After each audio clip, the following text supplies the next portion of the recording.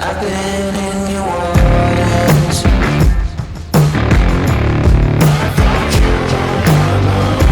I know I can for sure. I've never been so close before. It's one way or the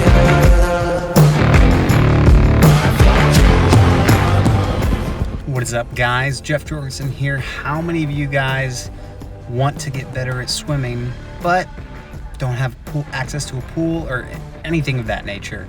In this video, I'm going to go over what I have done in the past 10-11 years to maintain a good physical capability when it comes to swimming daily, even when I'm on deployment and I can't swim, surprisingly, or you just don't have access to a pool. We're going to do it right now.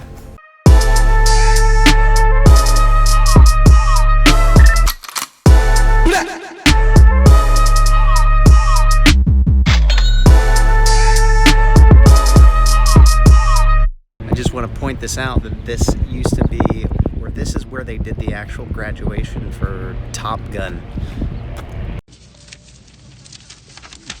Maverick, you'll get your Rio when you get your ship.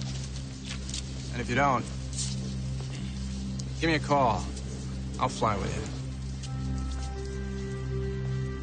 you. Sir.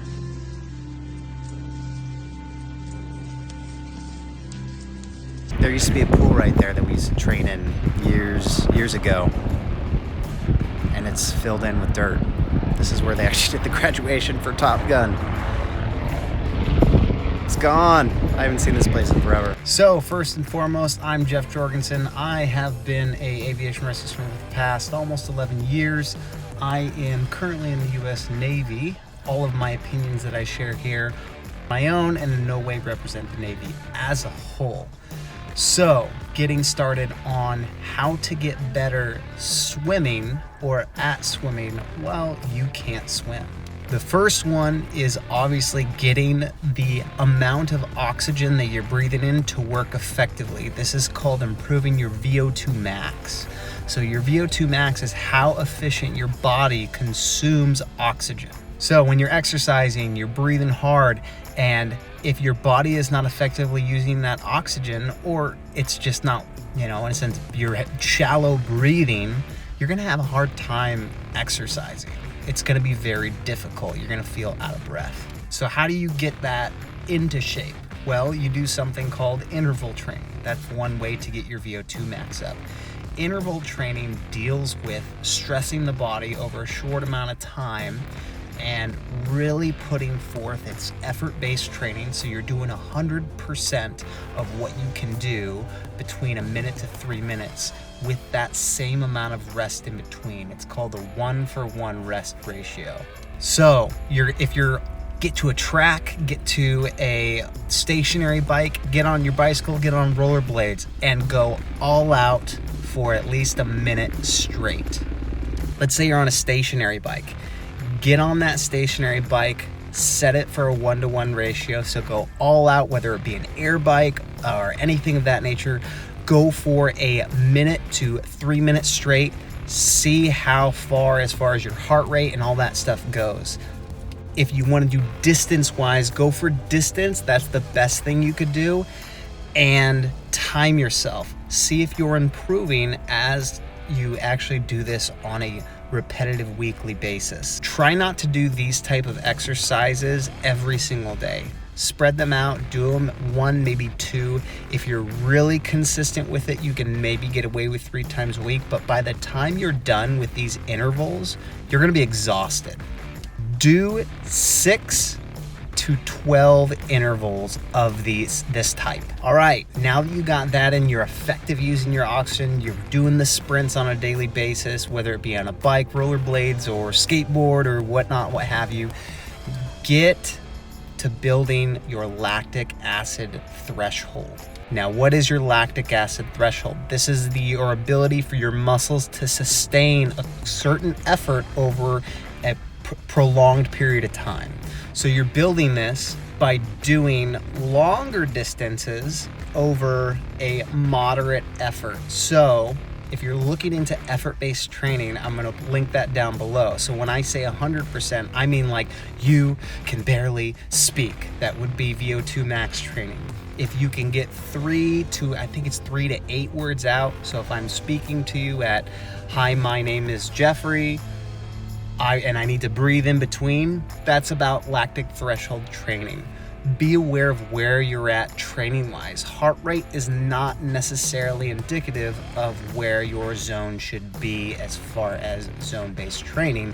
It's just a reference point. So if you are using a heart rate monitor, it's good to know what your max and your minimum and where those thresholds are based upon your age, but it's not 100% all the time. And a lot of it is what's called perceived effort. That's the best training you can do because there's so many things that are variable when it comes to your heart rate and training wise. It could be how hydrated you are, if you got enough sleep the day before. This could increase your heart rate or decrease your heart rate depending on what you're doing. If you're doing the same thing, your heart rate could vary day to day. So lactic acid threshold building up to that 20 minutes, pushing it as far as maybe 45 minutes if you can get there. You want to keep this consistent pace, and this is building up the longevity of your legs. Do those two things on a regular basis and you will build up the endurance that you need in order to sustain yourself swimming and maintain that level. Nothing is a solid substitute for actually swimming. Man, these freaking helicopters. You think they wouldn't annoy me by this point. Specificity is very, very important when it comes to actually training for swimming. So if you can't get to a pool, these are good offsets of what you can do, but you really need to get to a pool if you are not good with the foundations of swimming, i.e. stroke mechanics and things like that. Stroke mechanics are huge because if you don't have the stroke mechanics down, it'll drastically decrease how you can actually swim and your effectiveness in the water. Now, why do I say this? It's because when you're training swimming and you're not good at it yet, you're in something that is, you're cognitively thinking about it. So, perfect example. Let's say that you're learning how to ride a bike for the first time, or try to remember the first time you learned how to ride a bike, or you learned how to ride a skateboard.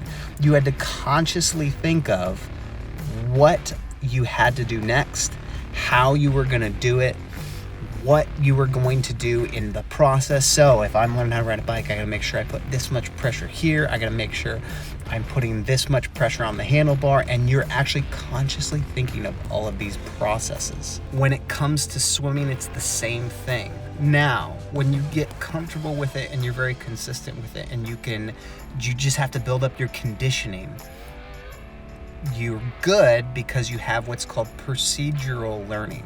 You're not consciously thinking about swimming. Teaching people, adults, how to swim in the U.S. Navy for the past 3 years before this, it was very interesting to see these people. They had to consciously think of, okay, I, on the other hand, if I wanted to teach them, I was so used to swimming, they would ask me questions about how I did a certain stroke or how I did a certain mechanic within the stroke. And I would have to say, hold on, let me do it, and then I'll explain it to you. Because I couldn't, got put into procedural learning. When you get into a car and you drive a car for the first time, you have to consciously think of everything. I gotta put it into drive. I have to actually put this much turn into the wheel. I gotta put this much gas in.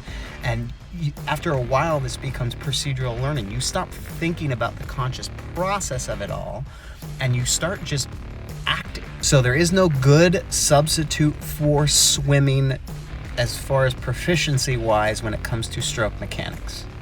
You can get better at conditioning by biking and doing those VO2 max and your actual lactic acid threshold builds to build up an endurance of what you do on a regular basis in the water. If you guys have any more questions on stuff like that, I want to hear from you on what your concerns are as far as building your swim strokes, worried about going to SAR school, what to expect, what not to expect. Also, check a link down below. I have somlstore.org. It's So Others May Live store. We got some cool merch there. Check it out. All rescue swimmer, and I'm gonna make a nurses line, all that stuff. So if this is your deal and you're in the business of saving lives, check that out, and make sure you smash that like button. hit the share button, and we'll check you next time.